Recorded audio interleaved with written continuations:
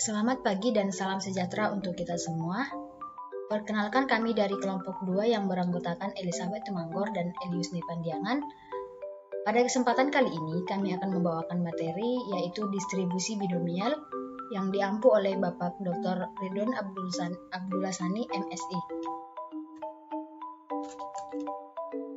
Nah, pada kesempatan kali ini kami akan membahas ataupun membawa 3 submateri dari presentasi kami ini. Yang pertama ada distribusi binomial, yang kedua ada konsep nilai rata-rata, dan yang ketiga ada sifat fungsi faktorial.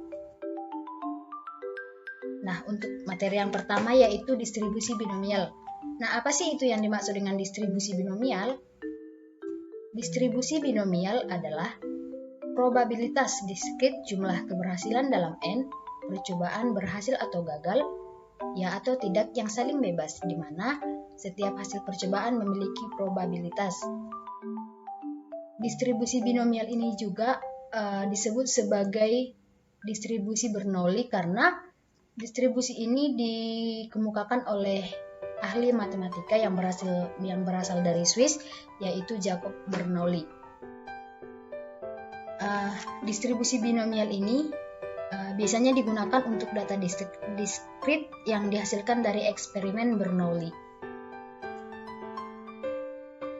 Selanjutnya ada syarat eksperimen binomial. Nah, dalam melakukan eksperimen binomial ini terdapat 4 syarat yang harus dipenuhi, yaitu yang pertama, banyaknya eksperimen merupakan bilangan tetap ataupun fixed number of trial. Yang kedua itu, setiap eksperimen selalu mempunyai 2 hasil sukses dan gagal, tidak ada daerah abu-abu. Yang ketiga itu, probabilitas sukses harus sama pada setiap eksperimennya, dan yang terakhir itu eksperimen tersebut harus bebas satu sama lain. Selanjutnya ada ciri-ciri distribusi binomial. Ciri-ciri yang pertama itu bahwa bila jumlah N tetap dan P kecil, maka distribusi yang dihasilkan akan miring ke kanan, dan bila P makin besar maka kemiringan akan berkurang. Dan apabila P mencapai 0,5, maka distribusi akan menjadi simetris. Ciri yang kedua itu bila P tetap dan jumlah N yang makin besar, maka akan dihasilkan distribusi yang mendekati distribusi simetris. Ciri yang ketiga, percobaan ulang sebanyak N kali. Ciri-ciri yang keempat yaitu hasil setiap ulangan dapat dikategorikan ke dalam 2 kelas, misal berhasil atau gagal, dan ya atau tidak. Ciri-ciri yang kelima, peluang berhasil atau suksesnya dinyatakan dengan P, dan dalam setiap ulangan nilai P tetap. Dan ciri-ciri yang terakhir adalah setiap ulangan bersifat bebas atau sama dengan yang lainnya. Baik, demikian pemaparan materi dari saya. Untuk materi selanjutnya akan dijelaskan oleh rekan saya Elizabeth Tumanggor. Kepada saudari Elizabeth, saya persilakan. Baiklah, di sini saya akan melanjutkan materi selanjutnya, yaitu tentang percobaan binomial. Nah, adapun ciri-ciri percobaan binomial, yaitu yang pertama dilakukan berulang-ulang sebanyak N kali. Yang kedua, masing-masing percobaan hanya dapat menghasilkan 2 kemungkinan atau hasil yang diperoleh dapat disederhanakan menjadi 2 kemungkinan. Yang ketiga, hasil dari masing-masing percobaan haruslah saling bebas. Yang keempat, peluang untuk sukses harus sama untuk setiap percobaan. Nah, adapun di sini rumus distribusi peluang binomial yaitu Px sama dengan N faktorial per N dikurang X faktorial dikali X faktorial dikali P pangkat X dikali Q pangkat N dikurang X, di mana P sama dengan probabilitas sukses, yaitu 1 dikurang Q sama dengan probabilitas gagal, N sama dengan jumlah total percobaan, X sama dengan jumlah sukses dari N kali percobaan, di mana X sama dengan 1, 2, 3, dan seterusnya sampai N.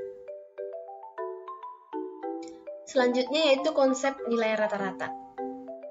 Nah, nilai rata-rata adalah angka representasi atau biasa juga disebut sebagai mean dari suatu kelompok data yang mewakili data secara keseluruhan.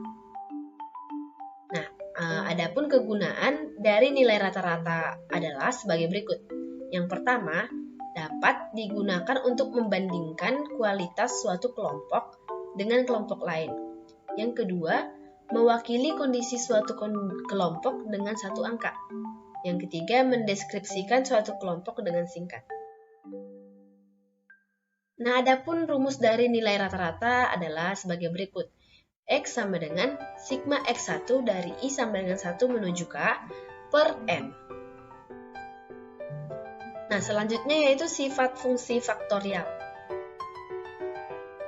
Nah, faktorial dari suatu bilangan bulat, misalnya N, memiliki arti N faktorial sama dengan N dikali N kurang 1, dikali N kurang 2, dikali N kurang 3, dikali dan seterusnya, dikali 3, dikali 2, dikali 1. Di mana 0 faktorial sama dengan 1. Nah, demikianlah nilai faktorial terdefinisi pada nilai bilangan bulat positif.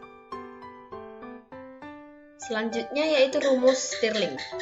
Rumus Stirling yang berguna untuk menyederhanakan faktorial dan untuk menurunkannya adalah N faktorial sama dengan N pangkat N dikali E pangkat minus N dikali akar 2Vn, atau logaritma natural N faktorial sama dengan N ditambah setengah dikali logaritma natural N dikurang N ditambah setengah logaritma natural 2V.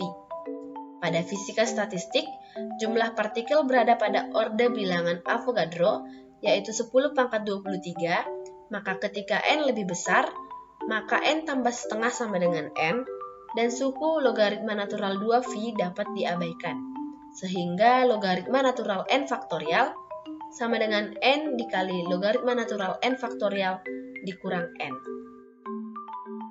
Nah, sekian presentasi dari kami. Kami ucapkan terima kasih.